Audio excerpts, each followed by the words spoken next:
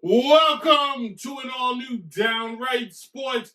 It's Friday, and you're like, why is there a show? Was there a special event? No. I just didn't do a show all week. So welcome to a new episode of Downright Sports, the Super Bowl show. And if you can see here, I can't get to New Orleans, so I bought a little bit of Nowlands here to the set. Thank you for watching on YouTube and Facebook. Thank you for listening right now to the podcast on DJ Chase Radio and the DJ Chase Radio app. That's right. This whistle spits back in my face. It's disgusting. But if you never listened to Downright Sports before, it is a sports show for sports fans, and we get busy when we talks about our sports. Okay? Follow Downright Sports on all social media: Facebook, Instagram, YouTube.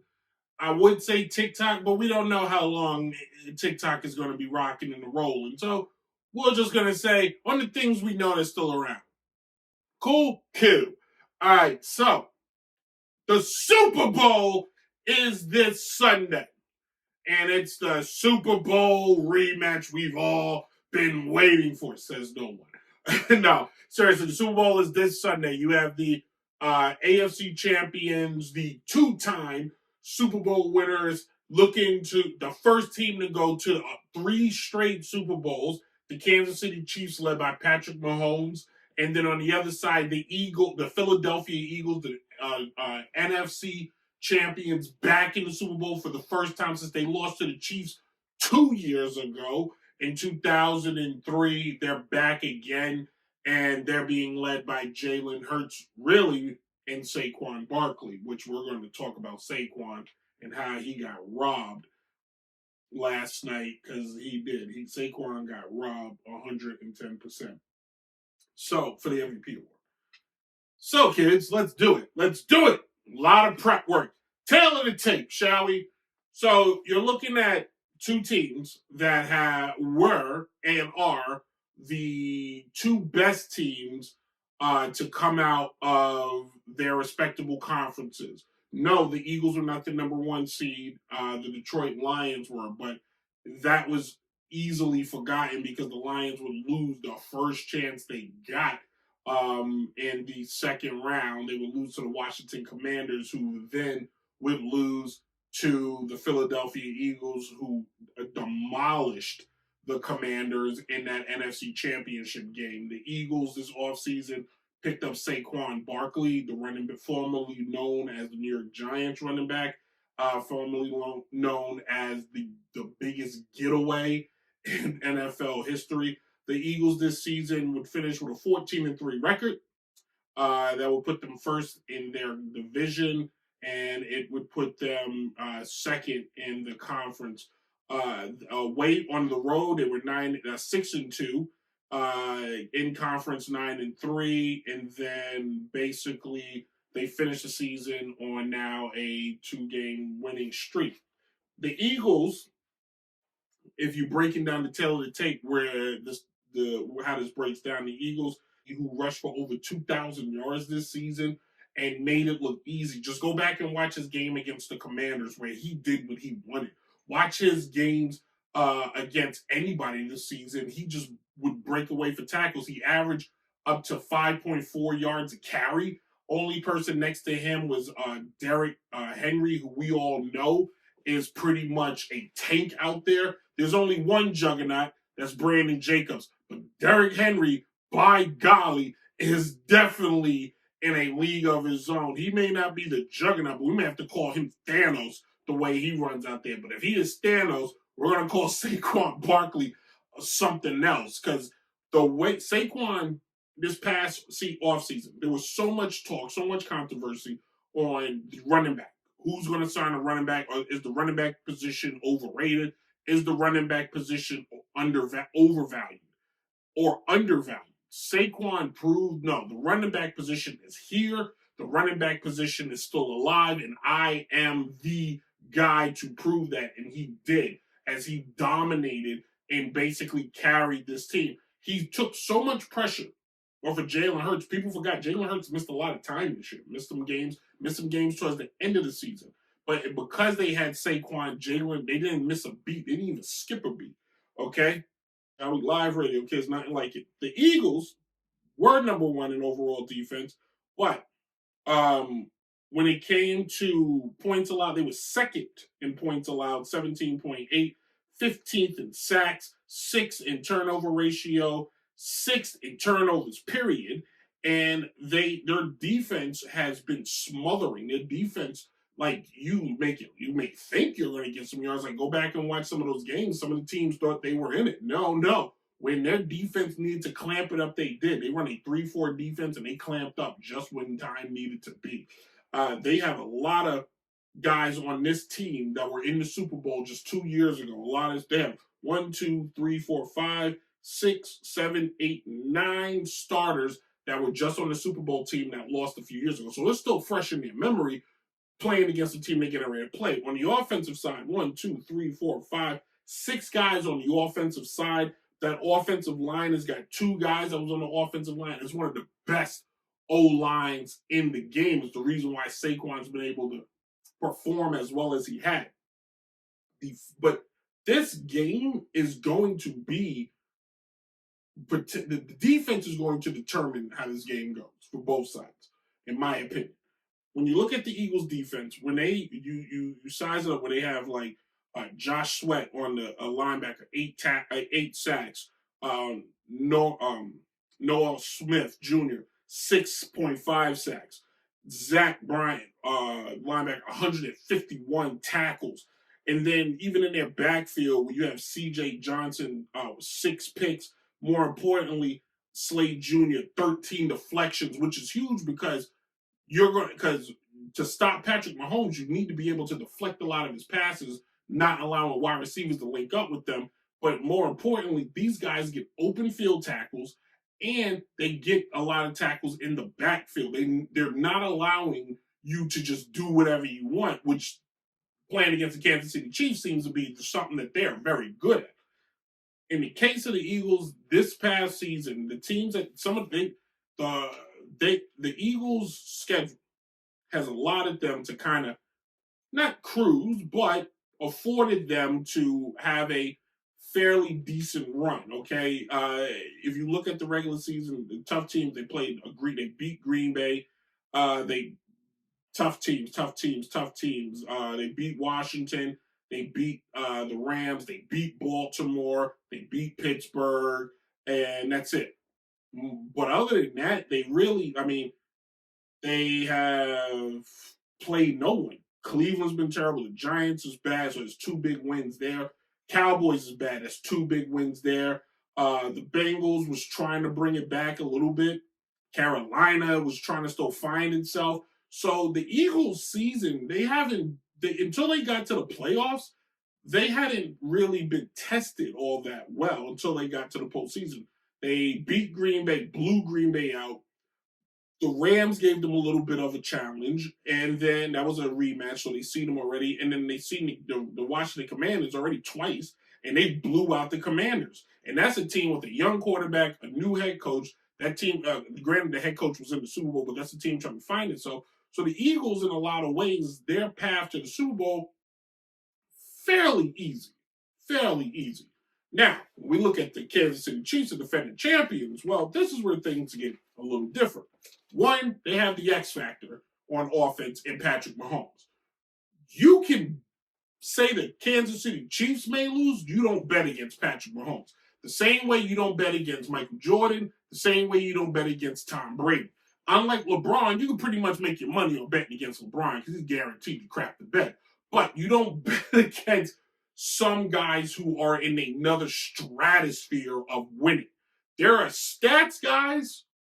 There are guys who get stats. Dan Marino, Peyton Manning, who has 2 Super Bowls, but you follow me what I'm saying. Dan Marino, Peyton Manning, what's the guy's name? Phillip Rivers. You have those guys. And then you have winners. Joe Montana, Tom Brady, Patrick Mahomes. That's it. If you want to make an argument for Troy Aikman, sure. If you want to make an argument for Terry Bradshaw, sure. But in the case of elite, John Elway, you may want to throw in, you know what I mean? Towards the latter half of his career, he got 2, but that mainly because he got a great running game and Terrell Davis and that defense really stepped it up. But when you're talking about one game you need to win, Brady, Montana, Mahomes, they're going to do one thing. They're not going to lose the game unless, of course, Tom Brady's playing the Giants, and then he has no choice. But when we look at Kansas City and back to their defense, I mentioned this earlier, 9th in overall yards allowed, 4th in points allowed, 12th in overall turnover ratio, 14th in overall takeaways. Not a ton of takeaways. 14th were, which the Kansas City Chiefs defense is solid. The issue is they allow a lot. They allow a lot of yards. They allow, not a lot of yards, but they allow you to pretty much, they allow you to kind of hang in there a little bit. If you watch them against the Bills, if you watch them against a lot of teams they faced this year, they allowed a lot of teams, they kind of either played to their competition or they didn't overexert themselves. Like, I'm not saying they didn't go hard 100 every game, but the Chiefs didn't spend a lot of time this year blowing out opponents. Give you a prime example. If we look at the regular season, when they played Baltimore, that was a 7-point win. When they played Cincinnati, that was a 1-point win. When they played Atlanta, that was only a 4-point win. When they played the Chargers, that was a 7-point win. When they played New Orleans, that was a pretty big win, 26-13. San Francisco was a 10-point win. That one wasn't bad. But against the Raiders, 7-point win. Against Tampa Bay in overtime, only a 6-point win. Broncos, 2-point win. When they lost to the Bills earlier in the year, that was a 9-point loss. Carolina, 4 points. The Raiders again, 3 points. The Chargers, 3. Cleveland, that was a blowout. Houston was a close game. Pittsburgh, 10 points, and then they didn't even play in the last game. Look at the postseason.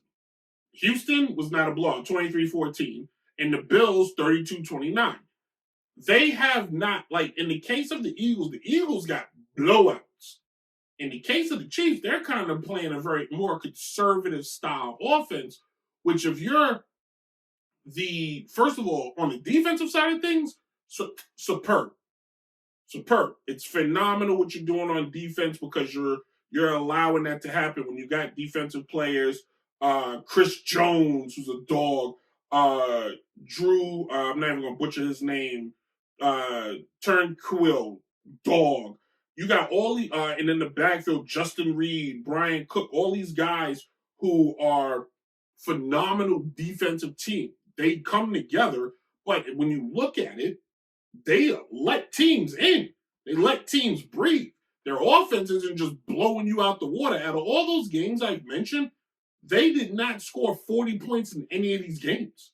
They didn't even score more than 35 points in any game this year.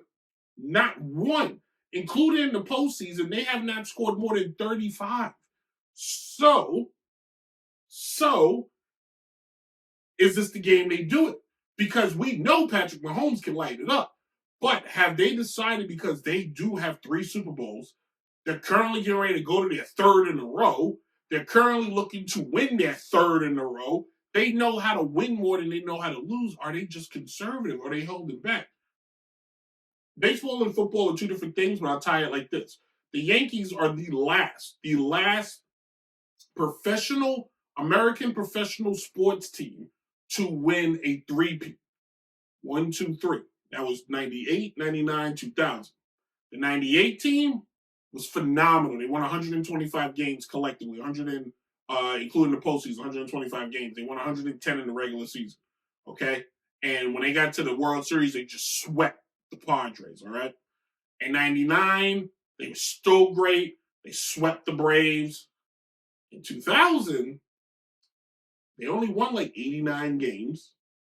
They had a rough go of it in the postseason, and then when they got to the World Series, the Mets took Game 1, and the Yankees never looked back. And they was like, all right, let's wake up and do this.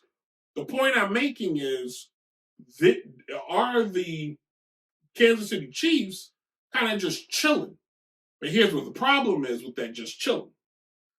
If you look on the Chiefs on the offensive side of things, they got an aging tight end and Travis Kelce. Yes, he can still catch, but he's not the explosive, dynamic, jaw-dropping Travis Kelce. He is just kissing and hanging out with Taylor Swift.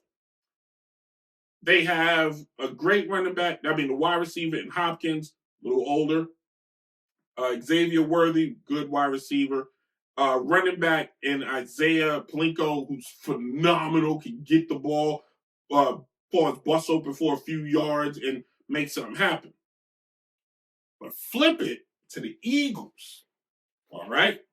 Tim, if you still watching, I'm going to give you some Brent Google stats that you're really going to like in a minute. The Eagles, Jalen Hurts, probably the weakest link on that offense, and he doesn't hurt them.